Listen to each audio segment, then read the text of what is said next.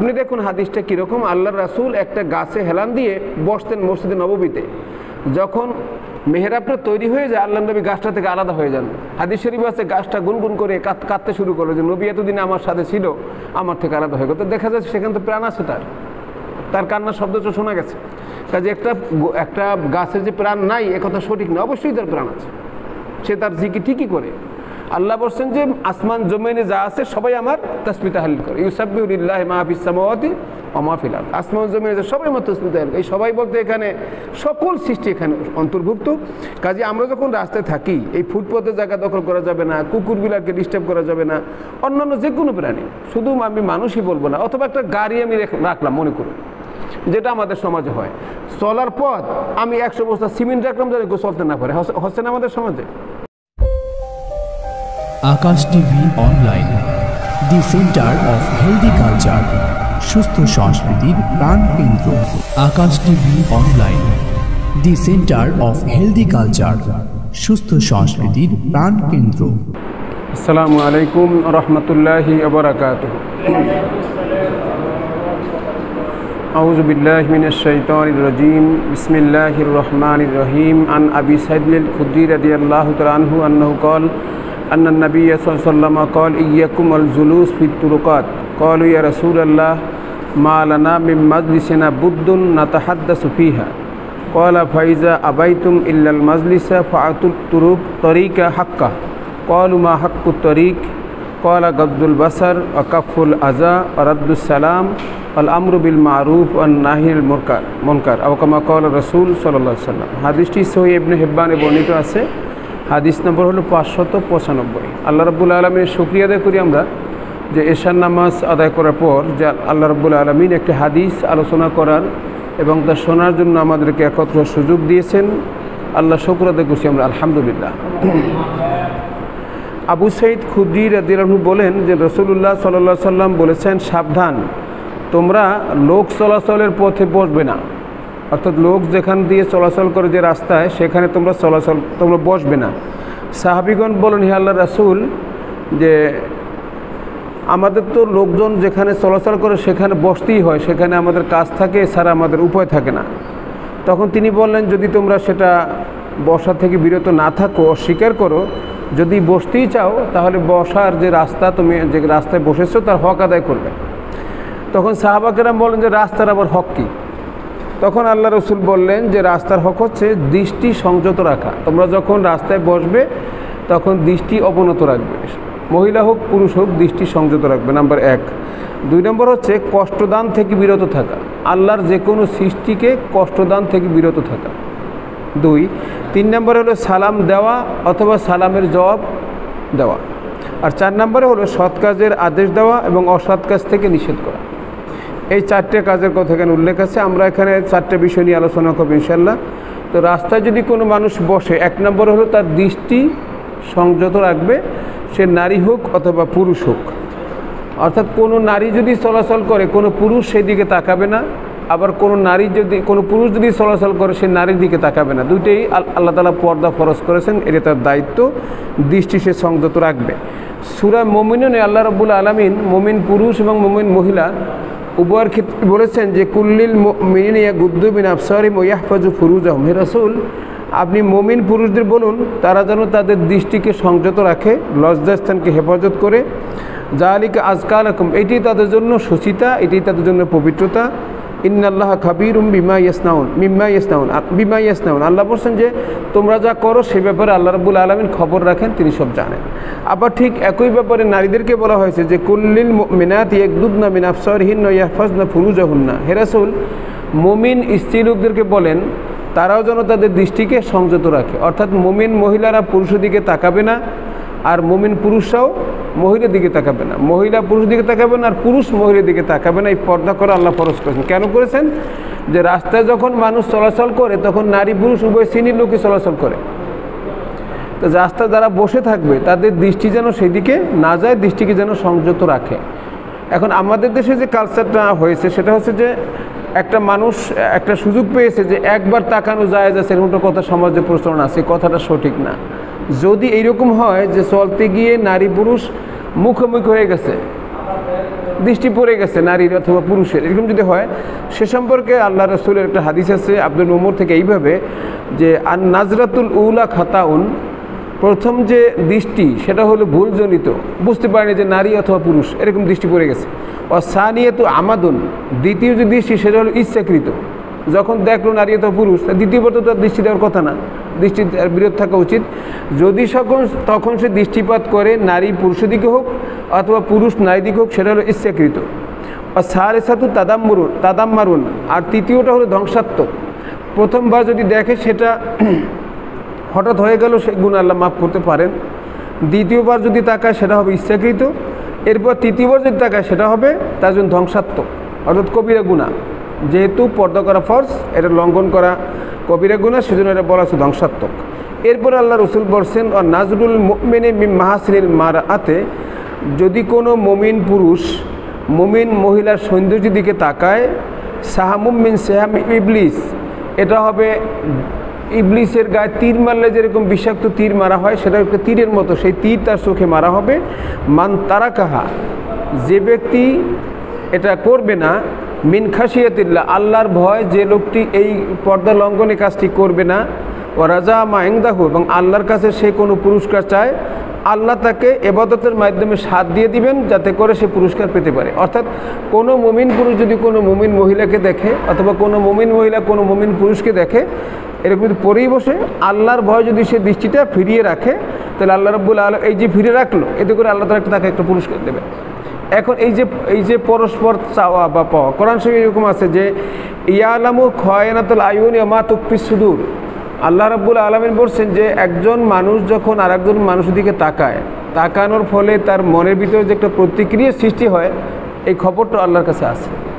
একজন নারী যদি পুরুষের দিকে তাকায়, অথবা একজন পুরুষ যদি নারীর দিকে তাকায়, এরপর তার মনের ভিতরে যে রিয়াকশানটা হয় সেই সম্পর্কে কিন্তু আল্লাহ জানেন। এই জন্য আল্লাহকে ভয় করে এই পর্দা লঙ্ঘন থেকে আমাদের বাঁচার জন্য চেষ্টা করতে হবে। এখন সেটা কতভাবে হয় দেখেন, একটা হলো দেখেন আল্লাহ রাব্বুল আলামিন, আল্লাহ রাসূল সাল্লাল্লাহু আলাইহি সাল্লাম বলছেন কি, ইন্নাল্লাহা কাতাবা আলা ইবনে আদম হাজ্জুহু মিনাজ জিনা আদরাকা যালিকা লা মাহালাতা। আল্লাহ রাসূল বলেছেন যে পুরুষদের উপরে, বনি আদমের উপরে জেনার একটা অংশ আল্লাহ তাআলা নির্ধারণ করে দিয়েছেন, বাঁচার কোনো পথ নাই, সাবধান থাকতে হবে, তার এর থেকে বাঁচতে তাকে সাবধান থাকতে হবে। কীরকম সেটা? জেনাল আইনু আর নাজরু, চোখের জেনা হলো কারো দিকে তাকানো, পুরুষ মহিলার দিকে তাকালো অথবা মহিলা পুরুষ দিকে তাকালো, চোখের জেনা। জেনা শুধু সরাসরি ব্যভিচার করা সেটাই না, চোখের জেনা, হাতের জেনা, পায়ের জেনা, সব কিছু জেনা আছে এক। দ্বিতীয়টা হচ্ছে জেনাল লেসান ওয়াল মান্তিকু, আর মুখের জেনা হচ্ছে, জিহ্বার জেনা হচ্ছে কথা বলা।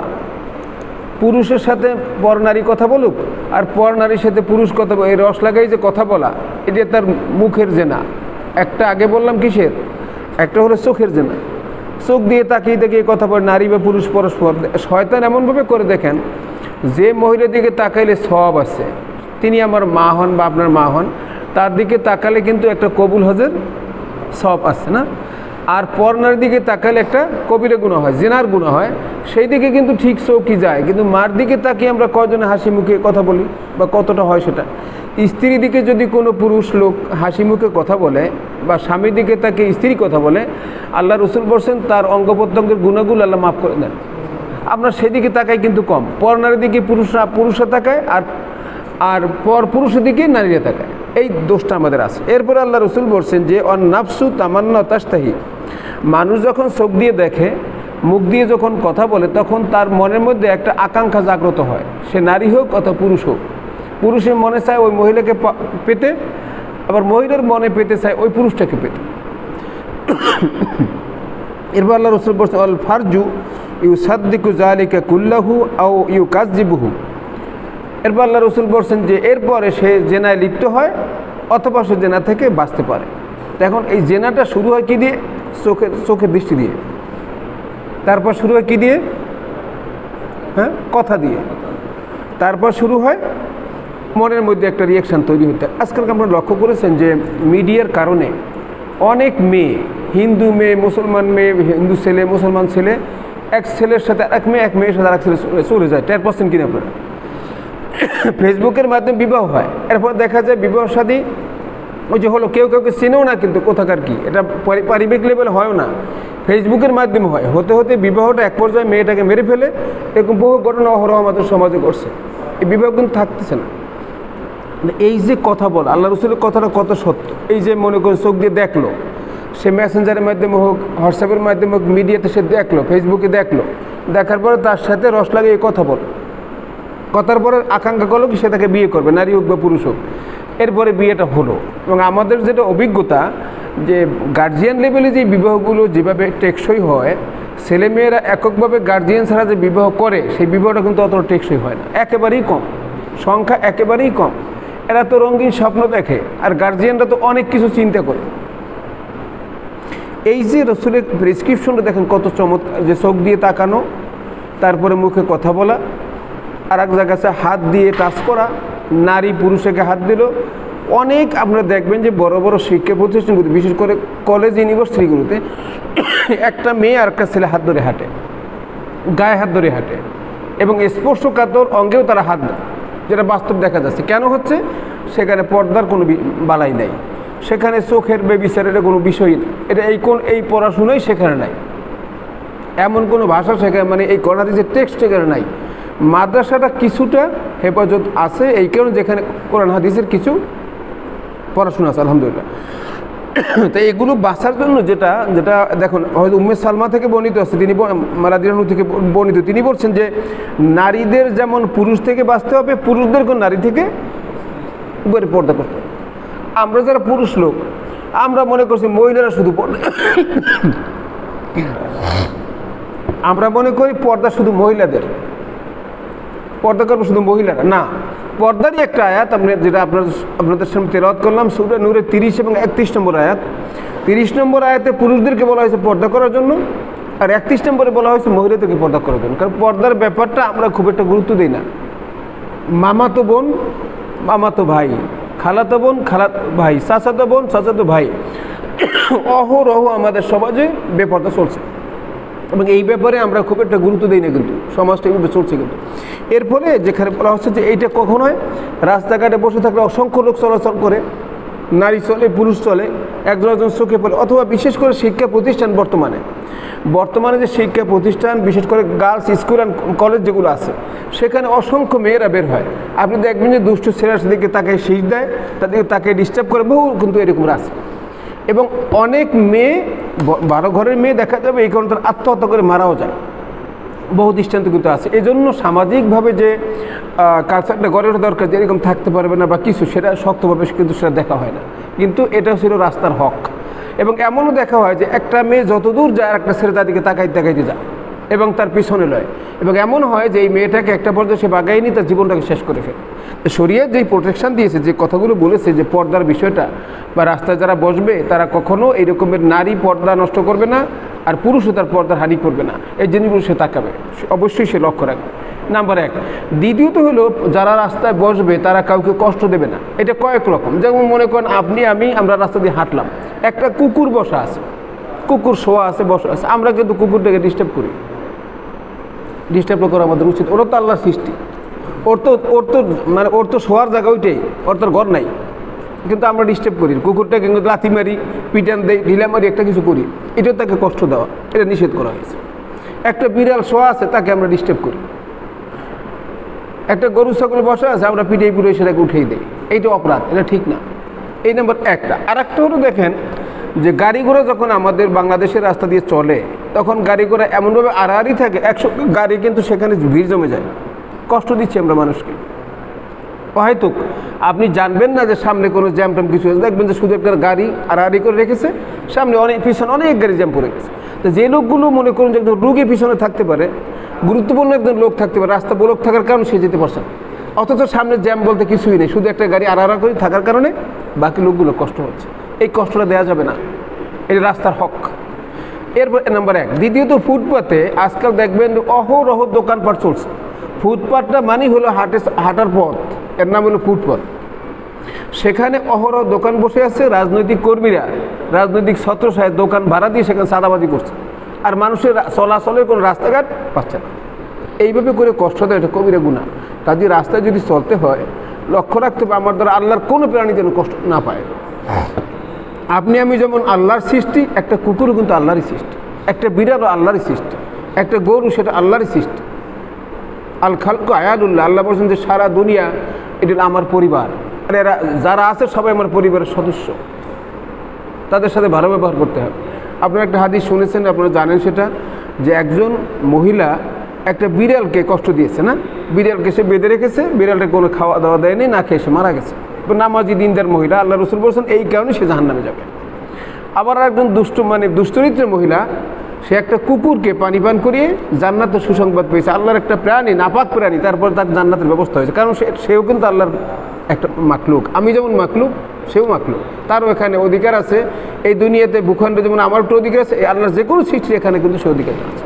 কাজে আমরা যেন সেটাকে কুকুর ভেবে কষ্ট না দেই, বিড়াল ভেবে কষ্ট না দেই, শিয়াল ভেবে কষ্ট না দেই।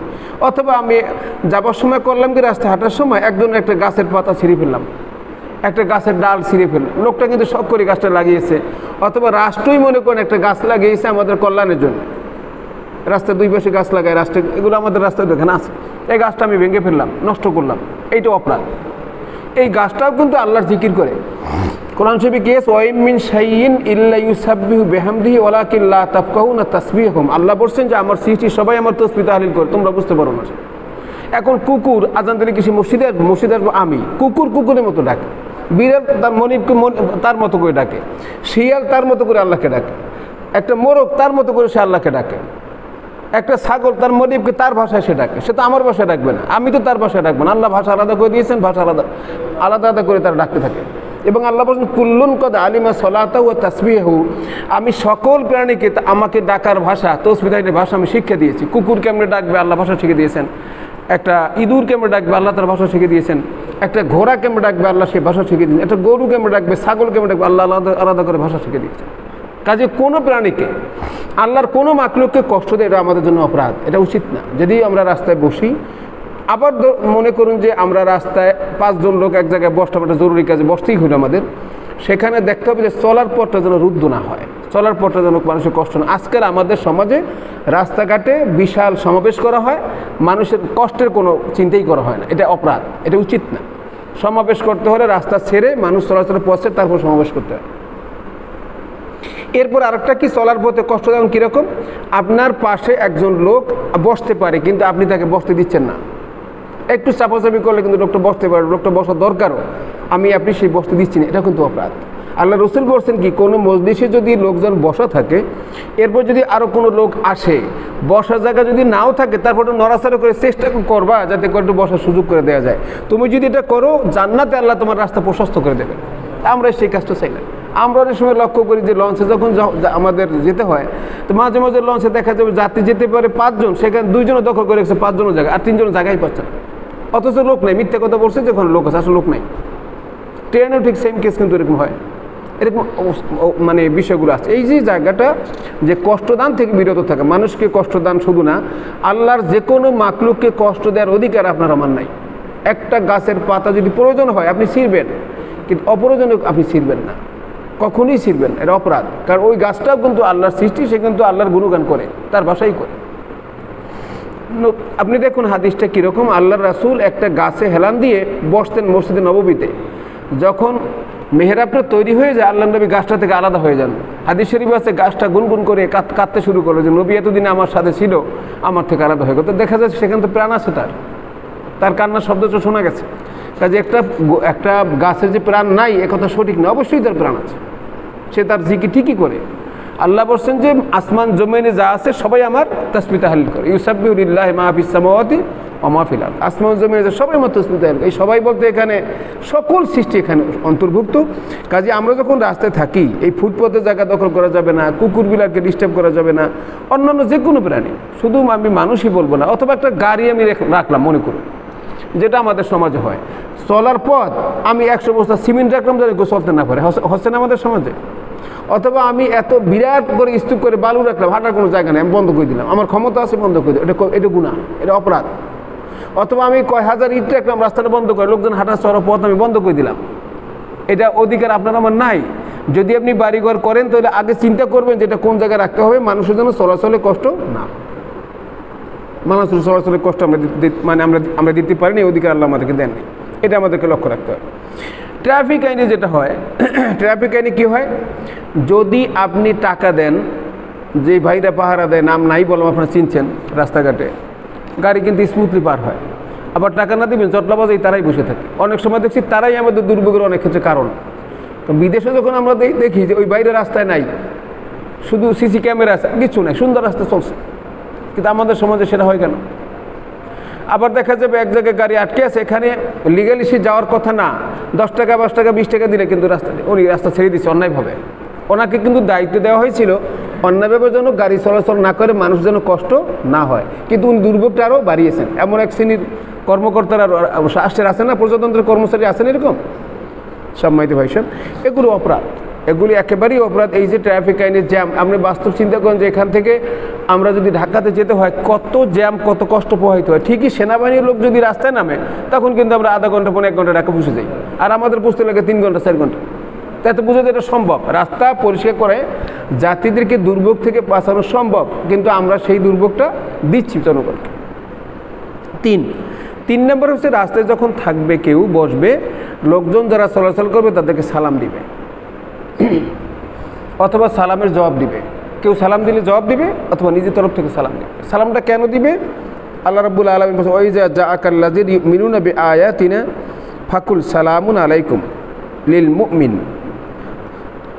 দেখেন এখানে আল্লাহ রাব্বুল আলামিন কীভাবে বলছেন যে যখন কোনো ইমানদার লোক তোমাদের কাছে আসে আমার আয়াত বিশ্বাস করে এমন কোনো লোক আসলেই তাকে বলবে ফাকুল সালামুন আলাইকুম, যেটা আমরা বলি আসসালামু।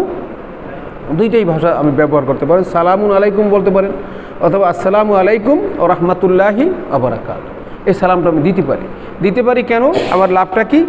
আল্লাহ রসুল বলছেন যে এই যে সালাম যে দেয় সে নেক পায় কয়টা? আর যে নেয় 10টা। দেওয়াটা কি সুন্নাত, নেয়াটা ওয়াজিব। তাহলে আপনি সব কাজের বা আমি সব কাজের লাভ বুঝলাম, এখানে আমি লাভ বুঝবো না কেন? আমি সালামটা আগে দিতে পারি না কেন? আমরা কি পারবো না আগে সালাম দিতে? ইনশাল্লাহ ছোট বড় কাজের মেয়ে, বুয়া, ছোট বড় ছেলে মেয়ে, আত্মীয় স্বজন, নিজের স্ত্রী, সবাইকে আমরা সালাম দেবো, পারবো না আমরা? ইনশাল্লাহ। আল্লাহ নবী দিচ্ছেন তো, ছোট্ট বাচ্চা আবু মাহাজুর রাদিয়াল্লাহু আনহু, ছোট্ট বাচ্চা, তাকে আল্লাহ রসুল, কণ্ঠস্বর খুব সুন্দর, তা আল্লাহ রসুল বলছেন তুমি একটা আজান দাও না, কিন্তু উনি তখন মুসলমান ছিলেন না।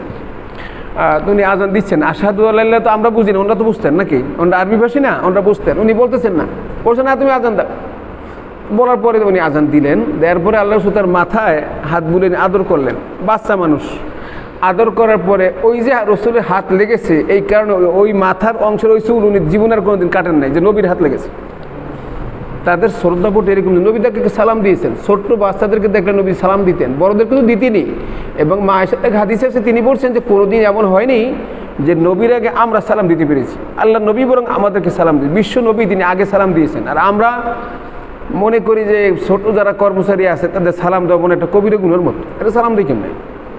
নিজের স্ত্রীকে সালাম দেওয়া সেটা আমরা খুব ভালোভাবে পুরুষে নেই না, নিজের ছেলে মেয়েকে সালাম দেওয়া সেটাও আমরা খুব একটা গুরুত্ব বুঝি না। কিন্তু এটা তো আমাদের করা উচিত। আমরা যদি সালামটা তাদের শিখাই তো তারা সালামটা শিখতে পারবে, এই ব্যবস্থাটা আমরা করতে পারি। এরপর আল্লাহ তাআলা বলছেন, ওয়াইজা হুইয়িতুম বিতাহিয়াতিন ফাইয়ু বিআহসানি মিনহা রুদ্দুহা। যখন তোমরা কাউকে সালাম দাও সুন্দরভাবে সালাম দিবে, চমৎকারভাবে সালাম দিবে। সে যে ভাষায় সালাম দেয় তার সেই তার উত্তম ভাষায় দিবে অথবা তার সমপরিমাণ ভাষায়। এখন দেখেন অনেক সময় আমরা সালাম দিই, অনেকে জবাব দেয় না, এমন লোক আছে না? তা যারা আমরা সালাম দিই যখন জবাব দেয় না তখন মনে কষ্ট লাগে না একটু, যে সালামটা দিলাম লোকটা সালামটা নিল না, তখন নিজেকে ছোটো মনে হয় যে আমার সালামের জবাবটা নিল না। তবে আপনি দিয়েছেন, আপনার কিন্তু ন্যাক ঠিকই পাবেন। যে দিল না দায় তার, আপনার কোনো এখানে হারাবার কিছু নাই। তবে দিলে আপনি একটু ভালো লাগতো, আপনার কাছে সুন্দর লাগতো, সেটা লাগেনি, সেটা থেকে বঞ্চিত হয়েছেন আপনি, এই জন্য মনে কষ্ট নেওয়ার কিছু নাই। আমি যেটা করেছি আমার ফল আমি পাবো, আর যিনি যেটা করেছেন তিনি সেই ফলটাই পাবেন। এখন একজন মুসলমানের কতগুলো দায়িত্ব আছে, যে একজন মুসলমানের উপর আর একজন মুসলমানের কোন হাদিস আছে 5টা, কোন হাদিস আছে 6টা দায়িত্ব আছে।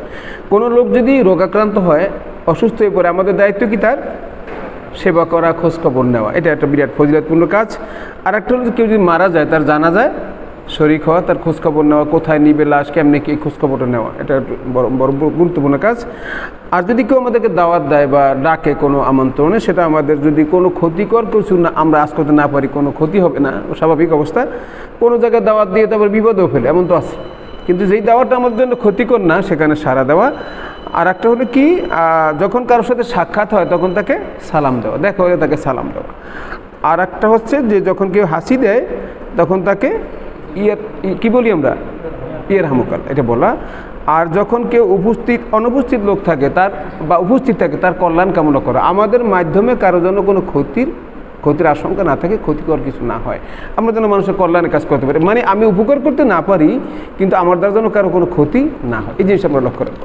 সালামেরও আছে, আমরা আপনারাও শুনেছেন, আমরাও করেছি বা মসজিদে একাধিকবার হয়েছে। এই সালামের বিষয়টা আমরা একটু লক্ষ্য রাখার চেষ্টা করবো, যে ব্যাপক হারে সালাম দেওয়া। আল্লাহ রসুলের যখন মদিনায় তিনি হিজরত করেন, দুটো বাক্য তার সর্বপ্রথম ছিল, একটা ইফসুস সালাম ও আতিমুত্তহাম, তোমরা ব্যাপক হারে সালাম দাও, মানুষকে খাওয়াও। এই দুইটার কারণে কিন্তু হৃদ্যতা পয়দা হয়, ভালোবাসা পয়দা হয়। সেই খাওয়াটা সবসময় জরুরি না, আপনি পারলেন না সেটা খাওয়ানি লাগবে জোর করে, ধার উদ্ধার করে, এরকম না। খাওয়ালে পরে মানুষের সাথে সম্পর্কটা ডেভেলপ করে, এটা হয়।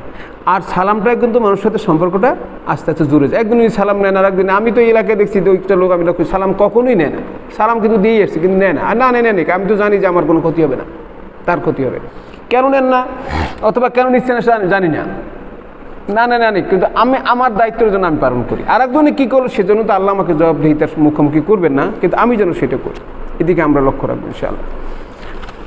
আর একটু হলে বাসা বাড়িতে সালামের প্রচলন করা, ছেলেকে সালাম দেবে, ছেলে ঢুকলে যেন বাবাকে সালাম দেয়, আবার স্ত্রীকে যেন আমরা স্বামী হিসেবে সালাম দেই, অথবা শ্বশুর বাড়ি গেলেও যেন ছোটো বড়ো সবাইকে সালাম দেয়, অফিসে গেলে সেখানে যেন সালাম দেই, কোথাও যাই সেখানে যেন সালাম দেয়, এটার জন্য ব্যাপক প্রচলনটা হয়। এতে করে হৃদ্যতা পয়দা হয়, ভালোবাসা পয়দা হয় মানুষের মধ্যে। এখন উনি যদি মনে করেন যে আমি অনেক বড় সালামটা আমি পাক, উনি পাক না, অসুবিধা কি, আমার তো হারাবার কিছু নাই, আমার তো এক জায়গায় জমা হবে, একটা ফান্ডে আল্লাহ তাআলার কাছে জমা হবে, কাজে আমার হারাবার কিছু নাই। শেষ কথাটা হচ্ছে 4 নম্বর যেটা, সেটা আমর বিল মারুফ নাহিল মুনকার। রাস্তায় যারা বসে থাকবে তাদের একটা দায়িত্ব হলো যে ওখানে যেন চলাচল পথে কোনো শরীয়ত লঙ্ঘিত হয় এমন কোনো কাজ না ঘটে। ভালো কাজে তারা মানুষকে উৎসাহিত করবে, মন্দ কাজ থেকে মানুষকে বিরত রাখবে। ক্ষতিকর একটা কিছু হচ্ছে, দেখেন আজকেই দেখলাম একটা ভিডিও যে একটা লোককে আর একটা লোক পিটেছে।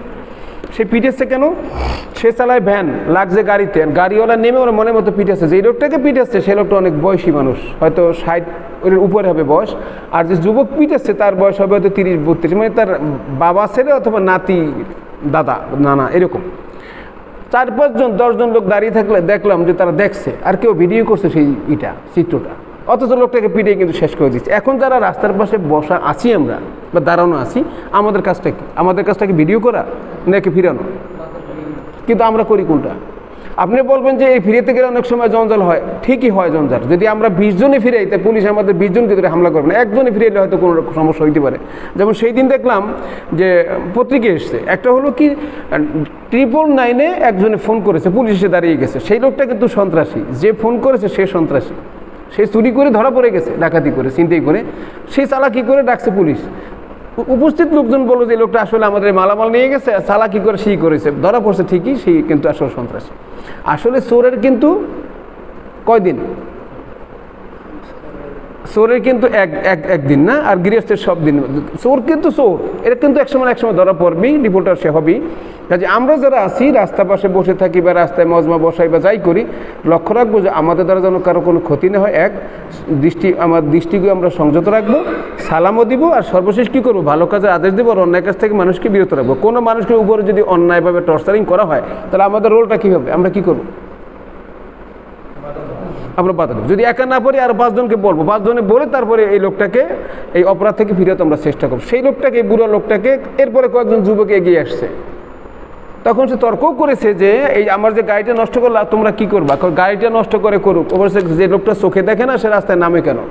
আর একজন যুবক এসে বলছে যে চোখে নামে তো তোমার মতো ছেলের কারণেই, তোমার মতো বেয়াদব ওনার হয়তো ছেলে আছে, বাপ মার খোঁজখবর নেয় না, নতুবা 70-80 বছরের বয়স, তো লোকটা তো রাস্তায় নামার কথা না, গাড়ি নিয়ে নামার তো কথা না, তুমি তাকে মারছো কেন? এই লোকটা তোমার বাবা হলে তুমি কি করতে? আমরা যদি এইভাবেই চিন্তা করি যে এই লোকটা তো আমার বাবা হইতে পারতেন, আমার চাচা হইতে পারতেন, আমার মামা হইতে পারতেন, আপনজন কেউ হইতে পারতেন, এইভাবে নিজকে নিয়ে যদি আমরা চিন্তা করি তো বিষয়টা আমাদের জন্য সহজ হয়। এখন এই কাজটা ব্যক্তি পর্যায়ে, সামাজিক পর্যায়ে আমরা কাজটা করবো, আমর বিল মারুফ নাহিল মুনকার, কিন্তু মূল দায়িত্বটা কার? মূল দায়িত্বটা রাষ্ট্রের। রাষ্ট্র যদি কন্ট্রোল করে ব্যাপারটা কিন্তু অনেক সহজ, কারণ সকল ফোর্স তার হাতে আছে। কিন্তু এটা পরে আমরা শেষ করব। এখানে দেখুন আল্লাহ রাব্বুল আলামিন বলছেন আল্লাযিনা মাক্কান্নাহুম ফিল আরদ আকামুস সালাহ ওয়া আতাউজ যাকাত ওয়া আমারু বিল মারুফ ওয়া নাহাউ আনিল মুনকার। ওয়ালিল্লাহি আকিবাতুল উমুর। আল্লাহ বলছেন যাদেরকে আমি রাষ্ট্র ক্ষমতায় বসাই বা দেশে দায়িত্ব দেই তাদের কয়েকটা কাজ, 4টে কাজ। তারা নামাজ কায়েম করাবে, সমাজে জাকাত আদায় করবে, ভালো কাজের আদেশ দিবে, অন্যায় কাজ থেকে মানুষকে বিরত রাখবে। সরকার যদি এই প্রোটেকশনটা দেয়, এই 4টে কাজ করে, তা জনগণ তো দুর্ভোগ পোহানোর কথা না, এই সমস্যা তাদের হওয়ার কথা না। এখন সরকার করুক না করুক তার দায়িত্ব তার, কিন্তু আমার ইন্ডিভিজুয়াল একটা দায়িত্ব আছে। আলা কুল্লুকুম রাইন কুল্লুকুম মাসউলুন রাইয়াতি, যে সকল মানুষ দায়িত্বশীল, তার যতটুকু পরিমণ্ডল আছে, তার যতটুকু ক্ষমতা আছে, ওই অবস্থান থেকে সাধ্যমতো আমার চেষ্টা করতে হবে আমি যেন পরকালে বিপদে না পড়ি। সম্মানিত ভাই সব, এরপর দেখুন আল্লাহ রসুল এক হাদিসে বলছেন যে আল্লাযী নাফসু বিয়াদিহি, যার হাতে আমার জীবন সে আল্লাহর কসম, তিনি বলছেন লা তা'মুরুন্না বিল মারুফ ওয়া তানহাউনা আনিল মুনকার, তোমরা অবশ্যই মানুষ ভালো কাজের আদেশ দিবে, অন্যায় কাজ থেকে বিরত রাখবে। যদি সেটা না করো আওয়ালা শিকান্নাল্লাহ আইয়াবা আসা আলাইকুম একাবা মিন, যদি তোমরা সেটা না করো অচিরই হয়তো আল্লাহর গজব তোমাদের উপর নেমে আসবে। আমরা অপরাধটা ফিরে এলাম না, যা মনে কথা করুক, আমার তো সমস্যা হচ্ছে না। আজকে আপনার সমস্যা হচ্ছে না, আগামীকাল যে আপনার হবে না তার গ্যারান্টি কে দেবে? আজকে আমার ছেলেকে মারলো বা ঠ্যাং ভেঙে দিল, আপনারা যে কালকে ভাঙবে না কে জানবে সেটা? কাজে আজকে যদি আমরা সব একসাথে দাঁড়িয়ে এটা ফিরাতে পারি, তাহলে ফিউচারে আর কোনো এই ক্ষতির আশঙ্কাটা থাকবে না। এরপর আল্লাহ রসুল আবার বলেন কি, সুম্মা তাদউনাহু ফালা ইউস্তাজাবু লাকুম, যারা আমর বিল মারুফ নাহিল মুনকারের কাজটা করলো না, তারা যদি একসময় বিপদে পড়ে মাঠে এসে দোয়াও করে, সেই দোয়া আল্লাহর কাছে কবুল হবে না। এই জন্য আসুন আমরা এই 4টে কথা, একটা কথা বলছি যে দৃষ্টি যারা রাস্তায় বসে থাকবে বা বসবে কোনো কারণে বা জরুরি কাজে, দৃষ্টিকে সংযত রাখবে, একটা কাজ। 2 নম্বরে হলো আল্লাহর কোনো মাখলুককে কষ্ট দেবে না। আমরা আগেই বলছি শুধু মানুষ না, যে কোনো মাখলুক, আল্লাহর যে কোনো সৃষ্টিকে কষ্ট দেবে না। আর সালাম দিবে, অথবা কেউ সালাম দিলে জবাব সে দিবে। 4 নম্বর হলো আমর বিল মারুফ নাহিল মুনকার, ভালো কাজের আদেশ দিবে, অন্যায় কাজ থেকে মানুষকে বিরত রাখবে। আমরা এই যে বিষয়গুলো লক্ষ্য রাখবো, আমাদের দৃষ্টিকে আমরা সংযত রাখবো। এটা আমরা আগেই বলেছি যে এটা শয়তানের বিষাক্ত তীরের মতো ক্ষতিকর, যেটা আমরা লক্ষ্য রাখবো। আর সবার চলাপথে ব্যাঘাত সৃষ্টি হয়, মানুষের কষ্ট হয়, এমন কাজটা কখনই আমরা করব না। 3 নম্বরে কার হক নষ্ট হয় এমন কাজ আমরা করবো না, সেটা যে ধর্মের হোক, আল্লাহর যে কোনো সৃষ্টি হোক, তার অধিকার আছে, তার অধিকারের জন্য আমার দ্বারা আপনার দ্বারা লঙ্ঘিত না হয়। আর সবশেষে আমরা মানুষকে সালাম দিব, আর ভালো কাজের আদেশ দিব, অন্যায় কাজ থেকে আমরা মানুষকে বিরত রাখবো, নিজে বিরত থাকবো। আল্লাহর কাছে আমরা এই কামনাই করব। আল্লাহ রাব্বুল আলামিন যে বিধানগুলো আমাদের সামনে দিয়েছেন এবং মুহাম্মদ রাসূলুল্লাহ সাল্লাল্লাহু আলাইহি ওয়াসাল্লাম আমাদের সামনে যে বিধানগুলো তুলে ধরেছেন, আমরা যেন আমাদের ব্যক্তি, পরিবার, সমাজ, জীবনের বিস্তীর্ণ অঙ্গনে যেন আমরা সেগুলোর প্রতিফলন ঘটাতে পারি, নিজেরা যেন আমল করতে পারি, মানুষকে যেন সেটা বলতে পারি, উৎসাহিত করতে পারি। আল্লাহ আমাদের সবাইকে তৌফিক দান করুন। আমিন। ওয়া আখিরু দাওয়ানা আলহামদুলিল্লাহি রাব্বিল আলামিন। আসসালামু আলাইকুম ওয়া রাহমাতুল্লাহি ওয়া বারাকাতুহু। Akash TV online, the centre of healthy culture, সুস্থ সংস্কৃতির প্রাণ কেন্দ্র। Akash TV online, the centre of healthy culture, সুস্থ সংস্কৃতির প্রাণ কেন্দ্র।